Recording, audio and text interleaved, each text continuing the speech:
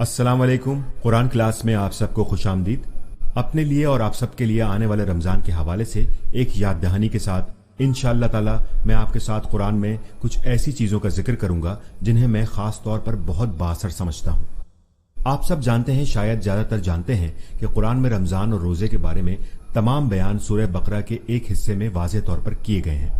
ये एक हिस्सा इस मजमून के बारे में तफसील से बयान करता है और इसके कानूनी पहलू, इसके रूहानी पहलू और बाकी सब कुछ भी इस मुख्तसर मगर जामे हिस्से में बताए गए हैं और ये कुरान में कहीं और नहीं बताया गया, जो कि बहुत पुरजोर है। लिहाजा जब हम रमजान के महीने के हवाले से रहनुमाई और नसीहत चाहते हैं और अगर हम मंतक देखना चाहते हैं तो सबसे पहली चीज जिससे हमें शुरू करना चाहिए वो है अल्लाह की किताब और फिर उस हिस्से की तरफ रुजू करना चाहिए।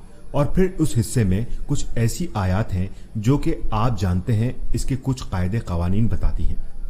यानी आप जानते हैं कि किन दिनों में रोजा रखना चाहिए, कब तक और कब रोजा शुरू होता है, या अगर आप बीमार हैं वगैरह, इसकी कानूनी बातें। और दूसरी तरफ अल्लाह अज़्ज़वजल इस फिक्रे का भी जिक्र करता है। मैं पहले आपसे इस लफ्ज के बारे में कुछ बात करता हूँ, उसके बाद इंशाअल्लाह मैं आपको कुछ मुख्तसर बातें बताऊंगा जो मुझे बहुत मुतासिर कुन लगती हैं। अरबी में लफ्ज लअल्ला के बहुत से मतलब हैं। इसका एक मतलब है ताहाम, लिहाजा अल्लाह कुछ फरमाएगा और उसके आखिर में वो कहेगा लअल्लकुम, लिहाजा जो भी अल्लाह ने फरमाया है उसका मकसद ये बता देता है। जो भी हिदायत अल्लाह हमें देता है, जैसा कि अल्लाह ने हमें रमजान का महीना दिया और हमें ये देने के बाद वो चाहता है लअल्लकुम, ताकि तुम सब, और फिर वो बात मुकम्मल करता है, यानी रमजान का मकसद बताया गया है।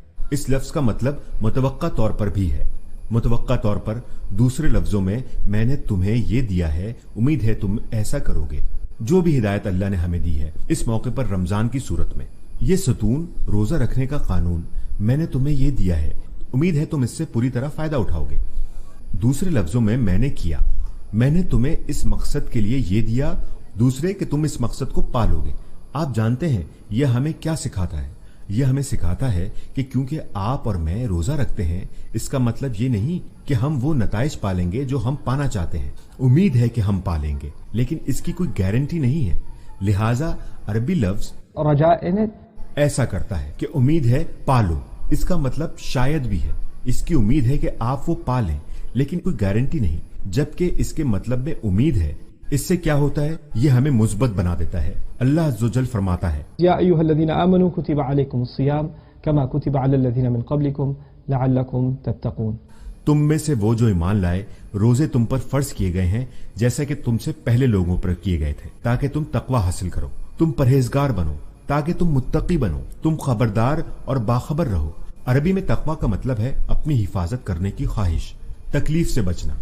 ये लफ्ज विकाया किससे निकला है, जिसका लफ्जी मतलब हिफाजत है।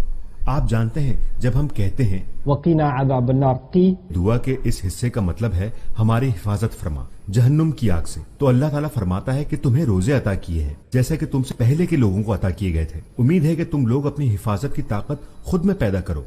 पहले मैं इसका तर्जुमा यूं करूंगा, और मैंने ये इसलिए अता किए हैं ताकि तुम अपनी हिफाजत की हिस्स को बेहतर बनाओ, फिर हो सकता है कि तुम कर पाओ। उम्मीद ये भी है कि तुम अपने अंदर वो हिस्स और अपनी हिफाजत की चाह पैदा कर लो। पहला सवाल तो ये बनता है कि अपने आप को इससे बचाना है, अपने आप को मजीद मुश्किलों से बचाना है, अपना नुकसान करने से बचाना है, अल्लाह को नाराज करने से, अल्लाह के रसूल सल्लल्लाहु अलैहि वसल्लम को नाराज करने से, अपने आप को नाराज करने से। आप जानते हैं आप खुद को इन तमाम मनफी चीजों से बचाएं, इसलिए आपको रोजे अता किए गए हैं।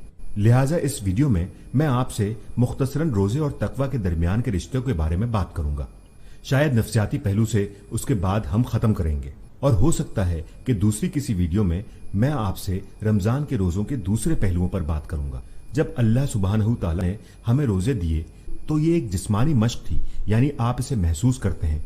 यानी अगर आप कोई ज्यादा मजहबी शख्सियत नहीं है और आप रोजे से हैं, आपको प्यास लगेगी, आपको भूख लगेगी, जो आप महसूस करेंगे वो बहुत जिस्मानी होगा और आपका मैदा चिल्ला रहा होगा कि मुझे खाने को दो, मुझे पीने को दो। ठीक, लिहाजा आपके अंदर एक जंग चल रही होगी, एक जिस्मानी जंग जो आपके अंदर चल रही होगी, और तब आपके अंदर एक चीज जो सिर्फ दिल में होगी। ऐसा होता है कि आपका दिल निगरान होता है, और ये कि आपके मैदे पे चिल्लाता है, और ये कि आपके गले पर चीखता है कि सब्र करो, मगरिब तक नहीं मिलेगा। हम मगरिब तक अल्लाह की नाफरमानी नहीं करेंगे, हम वो खाना खाने और वो पानी पीने से अपनी हिफाजत करेंगे उस वक्त तक जब तक अल्लाह का हुक्म है। तो आपके अंदर एक जंग चल रही होती है और आपका दिल निगरान होता है। आपका दिल अल्लाह से डरता है और कहता है कि नहीं, हम ये नहीं करेंगे, हम वो नहीं पिएंगे। मैं जानता हूं कि रोजे का ताल्लुक सिर्फ खाने पीने से नहीं, लेकिन मैं इस वक्त इसके जिस्मानी पहलुओं पर तवज्जो दे रहा हूं जो कि कम से कम हर शख्स महसूस करता है। हर शख्स को प्यास लगती है, हर एक को भूख लगती है जब वो रोजा रखता है।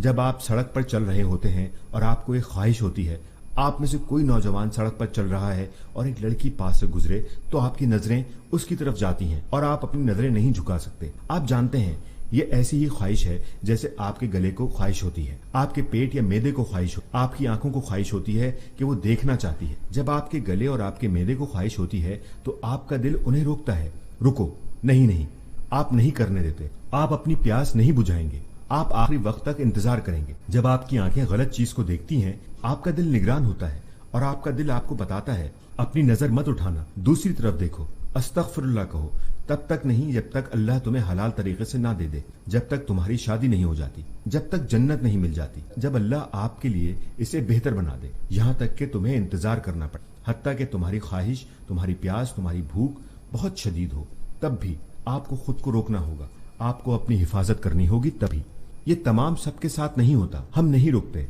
हम देखते हैं, बाद में हमें बुरा लगता है। हम जुम्मे की नमाज के लिए नहीं जाते और कहते हैं ओह मैंने बहुत बुरा किया, और ये सिलसिला चलता रहता है। रमजान एक ऐसा मौका है, लगातार 30 दिन तक आपका दिल हुक्मरान होता है और आपका जिस्म ताबेदार। आपकी खशियत इलाही ताजा होती है और जिस्म ताबेदार होता है।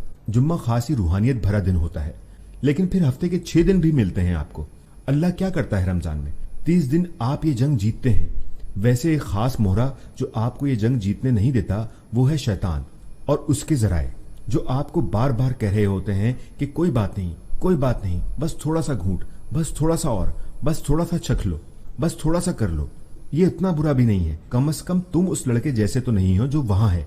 लेकिन ये सब आपके लिए रमजान में गायब हो जाते हैं। अगर आप 30 दिन की इस मश्क से गुजरते हैं, आप पर आपके दिल की हुक्मरानी मजबूत हो जाती है और आपके अंदर की ख्वाहिशें कमजोर हो जाती हैं, ये कमजोर कर दी जाती हैं। अब आप मुकम्मल तौर पर अपनी हिफाजत के लिए तैयार हैं। पहले मैं आपको एक आखिरी मिसाल दूंगा, बाकी चीजें दूसरी नसीहत में बताऊंगा।